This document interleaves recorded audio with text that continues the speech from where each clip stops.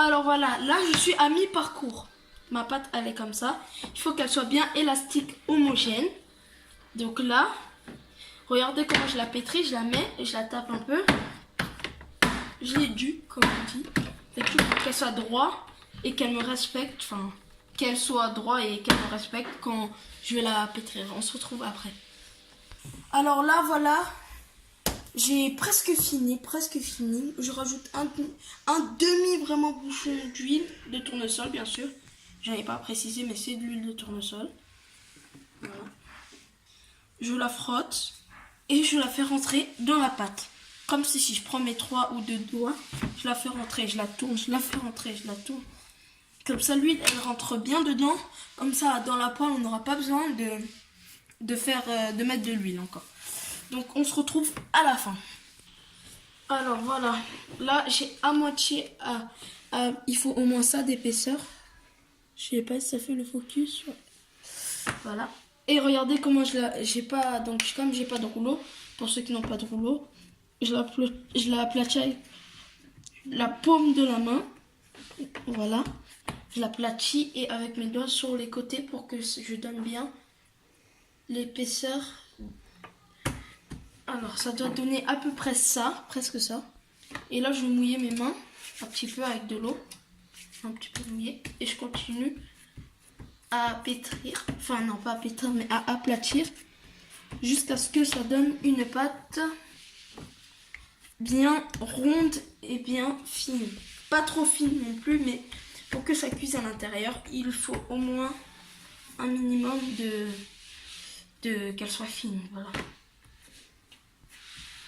Donc voilà, on se retrouve quand on va la faire cuire. Alors voilà la pâte, voilà, j'ai fait chauffer ma poêle. C'est une poêle à crêpes, voilà, normale. Et là, je vais positionner ma pâte, sachant que je vais la retourner qu'une seule fois. Donc je vais piquer ma pâte à la fourchette. Avec une fourchette, je vais piquer ma pâte pour qu'elle cuise à l'intérieur.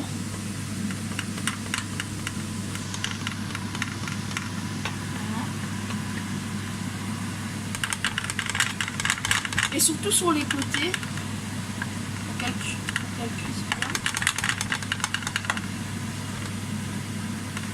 Quand vous touchez la pâte, vous devez sentir que ça fait des bulles en dessous, comme si ça faisait des bulles en dessous. Là, je la perce bien.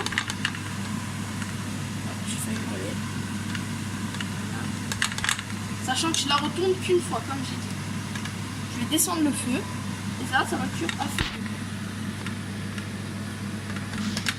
Je continue à piquer. Je sais qu'on n'est pas des pros de la caméra, mais bon, on va essayer de faire avec.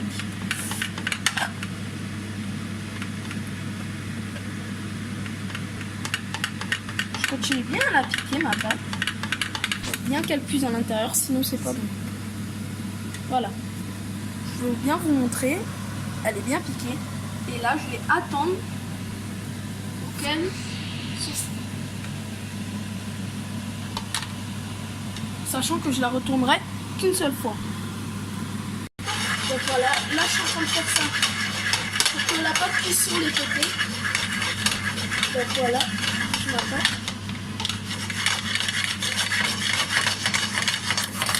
Donc là je suis en train de bouger ma pâte pour qu'elle cuise bien sur les côtés. C'est très facile, donc le mouvement c'est ça. Wouhou, voilà. On va montrer, voilà. Donc le mouvement c'est ça. Voilà. Je vais prendre deux spatules. Donc 2 spatules plates. Et je vais regarder. Regardez en dessous. C'est pas encore très bien cuit. Je dois attendre encore un peu. Je la retourne. Alors voilà. Je veux vraiment insister sur le fait qu'on la retourne qu'une seule fois. Voilà, je crois que je l'ai assez dit. Et maintenant, je prends 2 spatules et... Attendez, elle se casse. Si elle se cache un peu, c'est normal. Je la retourne. Voilà. Je vais prendre du beurre et je vais venir étaler sur ma pâte. Alors voilà, j'ai pris du beurre. Donc là, je l'ai remis à feu doux. pour qu'il cuise doucement et qu'il cuise bien. Caméraman. Voilà. Alors là, je vais prendre un petit couteau. Je vais venir prendre mon beurre. Une petite noisette de beurre, voilà. Il est un peu dur le beurre. Il est dur à couper. Mais voilà, une bonne noisette comme ça faire. Voilà. Et maintenant, je viens l'étaler. Je viens étaler ma noisette de beurre sur ma galette.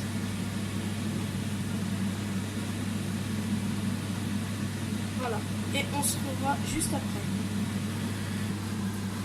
Donc voilà, là j'ai étalé mon beurre comme il se doit. Donc il ne doit plus en voir du beurre. Voilà. J'appuie. Si c'est dur, ça veut dire que si c'est moyen, ça veut dire que c'est presque cuit. Il faut que la galette soit un tout petit peu dure, mais moelleuse quand même. Donc voilà, c'était juste pour vous montrer que j'ai mis mon beurre. Alors voilà, là j'ai fait. Donc pour ceci, j'ai fini. Je vais venir mettre ça avec un revêtement que j'ai fait et que je vous ferai dans une prochaine vidéo. C'est un truc, bon, bah c'est bon, mais ça a l'air un peu d'une bouillie. Mais ça se met dessus, comme ceci, et je vais venir l'étaler. Je vous le ferai dans une prochaine vidéo. Voilà. Et ciao pour une prochaine vidéo.